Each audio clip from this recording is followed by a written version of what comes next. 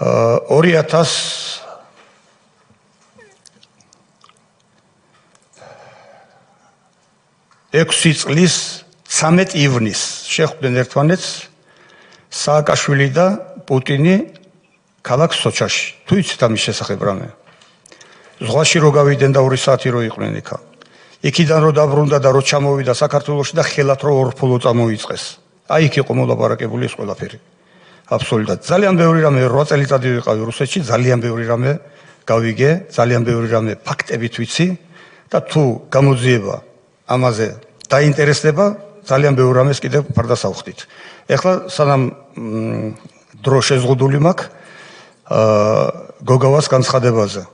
აი დააკვირდით როგორ ამზადებდნენ ჩვენი ტერიტორიების გასასხვისებლად. თუ ჩვენს მეგობრებს, ეგრეთ წოდებულ მეგობრებს, რომლებიც მეგობრებად არიან წარმოჩენილი ჩვენი დადამხმარეებად, უნდათ რომ ძლიერი ყოფილიყო ჩვენი ჯარი, ჯარში რეფორმა არ უნდა ჩაეტარებიათ, სადაც ისეთი რომ სპეციალისტები მოიშორეს და მოიყვანეს დილეტანტები.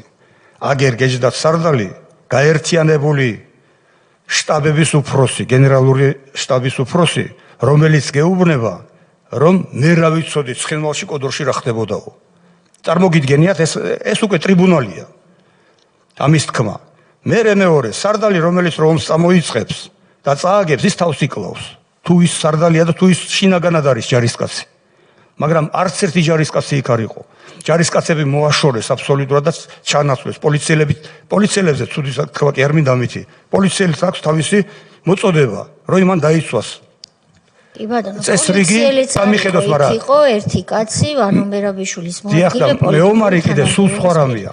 ის სულ სხვა მოწოდებით. ამიტომ იყო ეს რომ მოცილებული იყო აბსოლუტურად, თუ გახსოვთ თქვენ ალბათ 2008 წლის წინ, თუ კი ვინმე შეეძლო 2 კაცის გამოყვანა, აი მაგალითად კახეთში ყავდათ სარდალი ასეთი ლუკა რამაზაშვილი. რისკულისთვის დაიჭირეს. რატო ჩასვეს ციხეში? იმის გამო ჩასვეს ციხეში, რომ მაგათთან დაუკითხავად არ შეექმნა რამე შეიარაღება და რუსების წინააღმდეგ არ დამდგარიყო. თლიანად რუსული საქმე გააკეთეს აბსოლუტურად. ამას მარტო მე და თქვენ კი არ ხედავთ, მთელი საქართველო უყურებდა ამას. კი ბატონო.